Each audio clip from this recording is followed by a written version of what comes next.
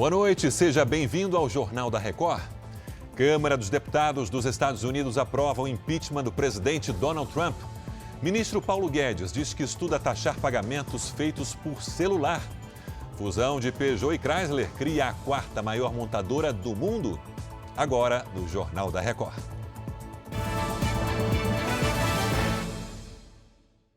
Oferecimento Bradesco em 2020. Brilhe do seu jeito.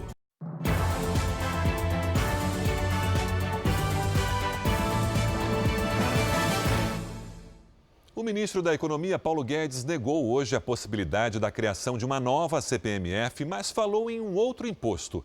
Vamos a Brasília, ao vivo, com Luiz Fara Monteiro. Fara, boa noite. Que imposto seria esse? Oi, Sérgio, boa noite. O ministro fez hoje o balanço do primeiro ano de gestão e confirmou que estuda a possibilidade de criar um tributo sobre transações digitais, que poderia incluir pagamentos ou transferências por meio de aplicativos de bancos, por exemplo. Paulo Guedes alegou que seria uma forma de, segundo ele, desonerar a folha de pagamento, chamada pelo ministro de, abre aspas, o mais cruel e perverso de todos os impostos. Vamos acompanhar a fala do ministro da Economia. A ideia de tributar não só consumo e renda, mas também transações, era uma ideia que nós consideramos desde o início. Nunca foi a CPMF, sempre foi um tributo sobre transações. Como é que nós tributamos isso? Tem transações digitais. O Brasil, dizia o presidente do Banco Central outro dia para mim, ontem ou anteontem, o Brasil daqui a um ano vai poder fazer uma opção de pagamentos com celular. Você nem vai passar mais em banco, você vai pegar o seu celular, encostar no do outro cara e transferir o dinheiro um para o outro. Então, como é que você vai tributar essa transação? Essa transação digital? Você precisa de algum imposto. Tem que ter um imposto que tribute uma transação digital. O mercado financeiro repercutiu o anúncio de que o Congresso vai instalar uma comissão especial para discutir a reforma tributária. O índice da Bolsa de Valores de São Paulo subiu 1,5%, atingindo um novo recorde com mais de 114 mil pontos. O dólar encerrou a quarta-feira em leve queda de 0,13%, vendido a R$ 4,05, o menor valor desde o dia 6 de novembro. A Câmara dos Deputados aprovou nesta quarta-feira o impeachment do presidente Donald Trump. Trump foi considerado culpado pela maioria dos parlamentares por abuso de poder e por obstrução do Congresso.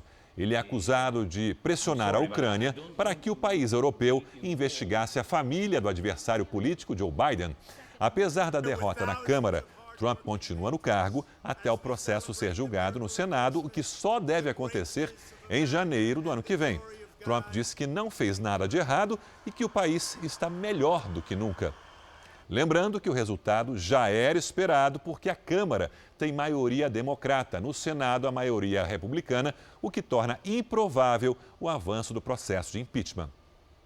O ministro do Meio Ambiente disse que o Brasil saiu sem acordo da Conferência do Clima por causa do protecionismo dos países que precisam comprar crédito de carbono. Ricardo Salles deu entrevista exclusiva ao jornalismo da Record TV. O senhor postou aí numa rede social afirmando que a COP25 não deu em nada, né? O que o senhor quis dizer com essa declaração? Bom, nós tivemos 15 dias na Europa, as equipes do Ministério de Meio Ambiente, Economia, Agricultura, Ciência e Tecnologia e Relações Exteriores, justamente para negociar a regulamentação do artigo 6º do Acordo de Paris, que é o artigo que permite que passe a existir o negócio, toda a negociação de créditos de carbono entre os países que mais emitem, dentre eles os países europeus, e os países que têm melhores condições, ou seja, têm saldo de emissões de crédito, dentre eles o Brasil. Nós procuramos, portanto, durante esses 15 dias, construir um acordo esse que permitiria o fluxo, a negociação desses créditos de carbono. Esse acordo não aconteceu, por puro protecionismo dos países que seriam aqueles que iriam comprar os créditos de carbono e, portanto, iniciar os pagamentos nesse sentido, nos exatos termos que foram prometidos quando o Acordo de Paris foi assinado em 2015, no montante de 100 bilhões de dólares a partir de 2020, o ano que vem. No R7.com você assiste a íntegra da entrevista com o ministro do Meio Ambiente, Ricardo Salles.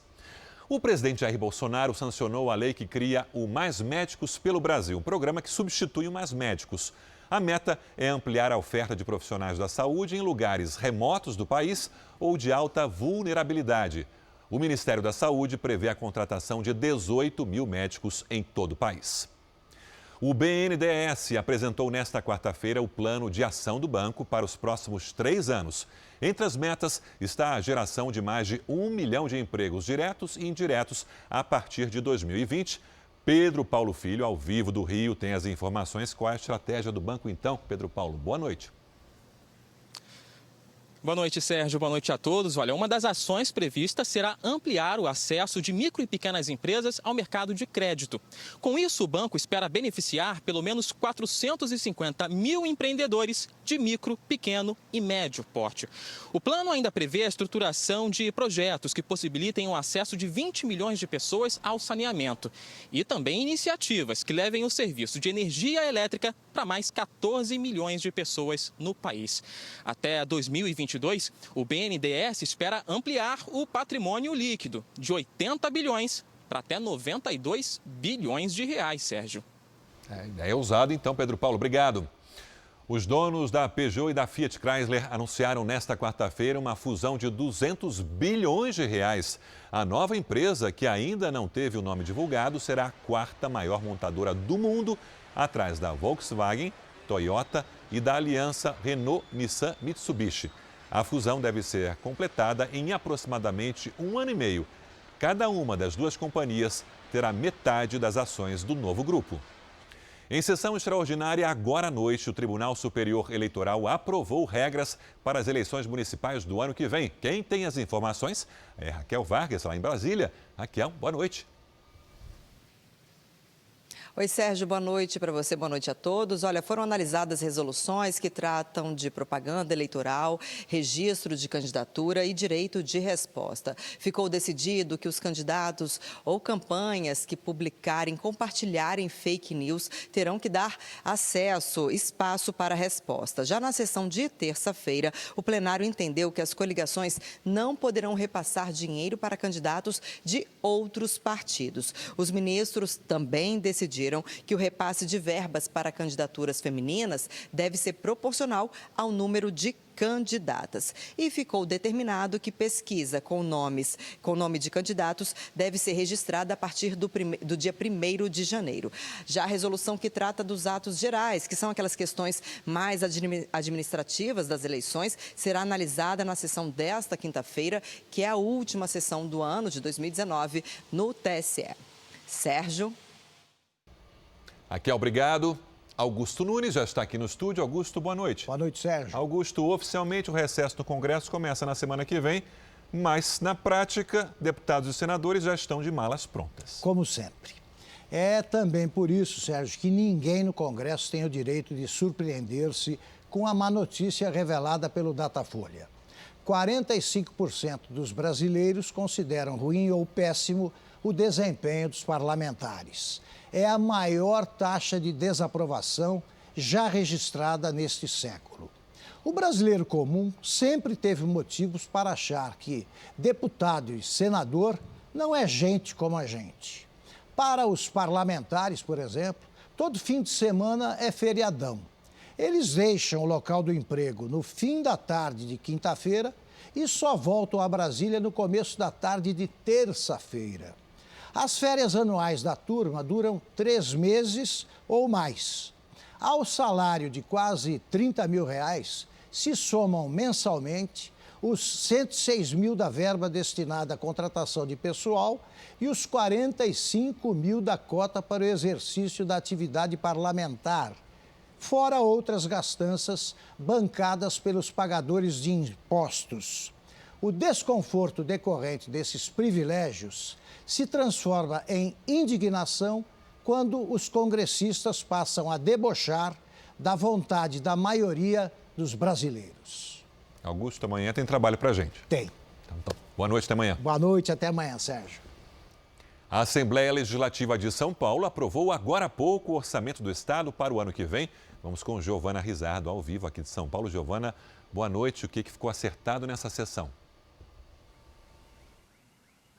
Oi, boa noite, Sérgio. Boa noite a todos. O orçamento vai ser de 239 bilhões de reais, 3,9% a mais em relação a 2019, praticamente aí a inflação do ano. A discussão durou 7 horas, terminou por volta de 11h30 da noite. Mais de 4 mil emendas foram incluídas na proposta do governo, metade na área da saúde. 84 deputados participaram da votação, foram 71 votos a favor e 13 contrários ao projeto com emendas. O texto final agora segue para a sanção do governador João Dória e a partir da próxima segunda-feira os deputados entram em período de recesso.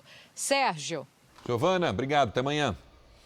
O Supremo Tribunal Federal decidiu por 7-3 que é crime deixar de pagar o Imposto sobre Circulação de Mercadorias e Serviços, o ICMS. Agora, os empresários que não repassarem ao Estado o valor recolhido do tributo cobrado no preço das mercadorias podem ser processados pelo crime de apropriação indébita tributária. A Polícia Civil de Minas Gerais indiciou o homem que usou uma braçadeira com uma suástica no último fim de semana em um bar de Unai, a 600 quilômetros de Belo Horizonte. Vamos com Virgínia Nalon, ao vivo então de BH. Virgínia, boa noite. O que pode acontecer com ele agora, hein? Boa noite, Sérgio. As investigações começaram na segunda-feira e o inquérito policial foi concluído nesta quarta. José Eugênio Adjuto, de 57 anos, foi indiciado por discriminação racial. A pena prevista inclui prisão de 2 a 5 anos e multa. A polícia esteve no bar no sábado e registrou o boletim de ocorrência. Ele prestou depoimento na terça e alegou sofrer de depressão e ansiedade. E que em pesquisas pela internet teria visto que o símbolo nazista era utilizado como amuleto da sorte. Mas os investigadores pegaram o celular dele e descobriram que havia mais de 35 pesquisas em 35 sites diferentes. Isso, segundo a polícia, comprova que ele sabia o significado da suástica. Sérgio. É o que está aparecendo. Obrigado, Virgínia. Um conhecido diretor de televisão do Japão foi condenado a pagar indenização para uma jornalista que teria sido estuprada por ele. O caso se tornou símbolo de uma campanha contra o abuso sexual no país. Vamos falar ao vivo com a nossa correspondente em Tóquio, Cíntia Godoy. Cíntia, boa tarde para você aí. Qual foi a punição? Boa noite, Sérgio. O executivo Noriyuki Yamaguchi não será preso porque o processo é civil, mas vai ter que pagar uma indenização no valor de 128 mil reais. A jornalista Shiori Ito diz que foi drogada pelo diretor durante o jantar e depois levada para um hotel, onde foi estuprada. Já o diretor de TV diz que ela estava alcoolizada e que a relação foi consensual. Tudo aconteceu em 2015, mas o caso só foi denunciado em 2017, durante a campanha Me Too, lançada após as denúncias contra o produtor de Hollywood, Harvey Weinstein. Aqui no Japão, o caso deu início a um movimento que pede mudanças para que as leis do país protejam mais as mulheres. Sérgio. Avanço importante, sem dúvida. Cíntia, obrigado. Barcelona e Real Madrid empataram em 0-0 nesta quarta-feira pelo Campeonato Espanhol na capital catalã. Mas fora do campo, o clima foi de tensão. Manifestantes a favor da independência da Catalunha entraram em confronto com a polícia antes do jogo. Os ativistas fizeram barricadas para fechar os acessos ao estádio. Uma pessoa foi presa e outras 12 foram atendidas pela emergência. Essa edição do Jornal da Record termina aqui. Outras informações no Fala Brasil às 8h45 da manhã. Fique agora com imagens de assuntos que marcaram esta quarta-feira. Boa noite.